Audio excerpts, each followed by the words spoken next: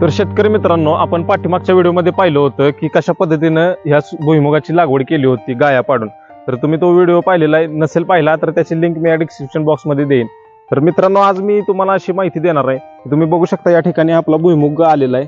तो व्हिडिओ आपण बनवला होता. कशा पद्धतीने या भुईमुगाची वाढ झालेली आहे बघू शकता तुम्ही.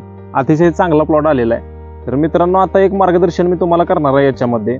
हे मार्गदर्शनाचा जर तुम्ही अवलंब केला तर निश्चितच तुम्ही चांगल्या पद्धतीचं उत्पन्न मिळवू शकता. तर मित्रांनो, आपल्याकडे अशी म्हण आहे की ज्या भुईमुगाला पाला जास्त त्याला शेंगा कमी. तर ही म्हण म्हणण्यापुरती नाहीये फक्त, तर खरंच अशा पद्धतीनं ज्या भुईमुगाला पाला जास्त असतो त्याला शेंगा ह्या कमीच लागतात. तर मित्रांनो, यावरच मी माहिती देणार आहे तुम्हाला. तरी आपल्या चॅनलवर जर नवीन असाल तर चॅनलला सबस्क्राईब करायला विसरू नका आणि व्हिडिओ शेवटपर्यंत नक्की बघा. तर मित्रांनो, हा भुईमुग आलेला आहे. याची वाढ झालेली आहे बघू शकता तुम्ही चांगल्या पद्धतीने. आता याची फुलं निघून गेलेली आहेत. आता फुलं निघून गेलेले आहेत. ही फुलं बघू शकता, इथं फुलांची गळ झालेली आहे. तर या ठिकाणून काय होतं, या आरा निघायला सुरुवात होती. या फुलांची गळ जिथून झालेली आहे, आता कुठेतरी ठराविक ठिकाणी अशा पद्धतीने ह्या बघू शकता या आरा निघायला लागलेले आहेत. ही फुलगळ झाल्यानंतर मग ह्या आरा ज्या आहेत त्या आता हवेत आहेत. जमिनीत जर ह्या आरा नाही गेल्या आणि हवेतच राहिल्या तर तुम्हाला याच्यामधून शेंगा लागणार नाहीत. आणि पाला जास्त असल्यामुळे काय होतं की शेंगा कमी लागतात. तर मित्रांनो, याच्यामध्ये काय करायचं आहे, जे आपला हात कोळपा असतो, ज्याला फण असतो, त्या फणाच्या कोळप्यानं काय करायचं आहे मित्रांनो, आपण या दोन्ही भुईमुगाच्या मधून ही जो स्पेस आहे बघू शकता, आता त्याला आरा टोचलेले नाहीये. त्यामुळे ह्याच काळामध्ये काय करायचं आहे, तर या दोन्हींच्या स्पेस मधून तो फणाचा कोळपा जर आपण फिरवला तर दोन्हीकडे भर लागते. आणि हे जे हवेत फुलं आहेत त्याला ज्या हवेत आरा येणार आहेत त्या आरांना माती पोचते आणि त्या आरांपर्यंत माती गेल्यामुळे आपल्या भुईमुगाला जास्त शेंगा लागण्यास मदत होणार. हे बघू शकता, अशा पद्धतीने ह्या कोळप्याच्या साह्यानं इथं भर लावून घ्यायचे.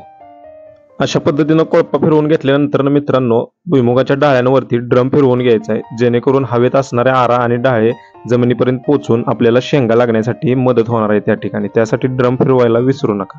तर मित्रांनो, आता जसं पाहिलं तशा पद्धतीनं कोळप्याच्या साह्यानं तुम्ही जर भर दिली तर मध्ये त्याच्या भर लागणार आहे. आणि ज्या हवेत आरा असणार आहे तुमच्या, त्या हवेतल्या आरांपर्यंत माती पोचणार आहे. आणि त्या हवेतल्या आरांपर्यंत जर माती पोचली तर प्रत्येक आऱ्याला आरा तिथं शेंगा, आरा तिथं शेंगा, अशा पद्धतीनं तुम्हाला भुईमुगाच्या शेंगा वाढण्यास मदत होणार आहे. हे करत असताना मित्रांनो, तर भुईमुगाला अशा पद्धतीनं भर लावत असताना फुलांची गळ झाल्यानंतर फुलांची गळ केव्हा होते तर 65 ते 70 दिवसांच्या पुढे फुलं येऊन गळून जातात आणि त्या ठिकाणी आरा निघायला सुरुवात होते. तर 65 ते 70 दिवसांच्या कालावधीमध्ये भुईमुग असताना तुमचा, त्याच्यामध्ये तुम्ही अशा पद्धतीनं कोळपा फिरवून घ्यायचा आहे. कोळपा फिरवून फणाचा घेतल्यानंतर भर लागण्यास मदत होणार आहे. आणि त्याच्यानंतर काय करायचं आहे मित्रांनो, पुढचं पाणी जे एक असतं, आता जे बघू शकता हे पाल्यांची संख्या जास्त वाढलेली आहे. तर आरा भुईमुगाला आल्यानंतर ह्या पाला, जिथं जास्त पाला असतो त्या भुईमुगाला शेंगा कमी लागतात. मग या ठिकाणी काय केलं पाहिजे, त्याच्यामध्ये तुम्ही मित्रांनो घेत असताना 05234 पंपाला 100 ग्रॅम आणि त्याचसोबत कोणतंही कीटकनाशक घेऊ शकता, जेणेकरून तुमच्या शेंगांना आणि आरांना कीड लागणार नाही. आणि भुईमुगाच्या पण जर किडे असतील काय तर मरून जातील. त्यासाठी कोणतंही कीटकनाशक, कराटे असो, हमला असो, क्लोरो असो, अशा पद्धतीचं कीटकनाशक 15 ते 20 मिली पंपाला, त्याचसोबत 05234 100 ग्रॅम अशा पद्धतीनं तुम्ही फवारणी जर भुईमुगाला घेतली तर भुईमुगाची तुमच्या अनावश्यक होणारी वाढ थांबणार आहे. जे पाला वाढलेला आहे तो अनावश्यक पाला वाढायचा थांबणार आहे आणि त्याचा जो ग्रोथ आहे त्याची ग्रोथ पूर्णपणे तुमच्या भुईमुगाच्या शेंगा भरण्यासाठी जाणार आहे. आणि त्याच्यामुळे भुईमुगाच्या तुमच्या शेंगा चांगल्या भरणार आहेत, जास्त प्रमाणात उत्पन्न वाढणार आहे तुमचं. तर अशा पद्धतीचे ट्रिक वापरल्यानंतर निश्चित 100% तुमचं उत्पादन मित्रांनो वाढणार आहे.